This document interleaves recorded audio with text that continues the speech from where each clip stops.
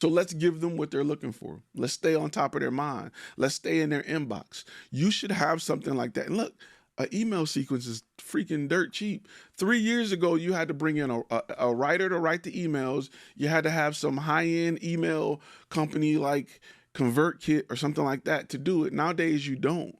You can have something like Squarespace email or Mailchimp, which is fairly inexpensive depending on the size of your list. So you should have these things to warm up your clients. Plus, you should be pushing sales and things like that. But we're going to say that for another day. That's something that we like to talk about on the inside as far as your marketing. Y'all asking me where the client's at. I'm telling you where you can find them.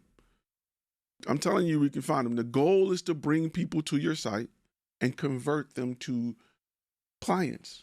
You got to do that. You got to go through the motions. You can't just jump on it. Everybody that land on your page don't know what they want.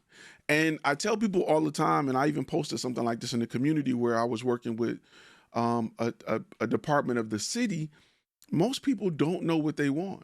They know they need something. They don't know what that is. So the goal is to make sure that we help hold their hand through that process.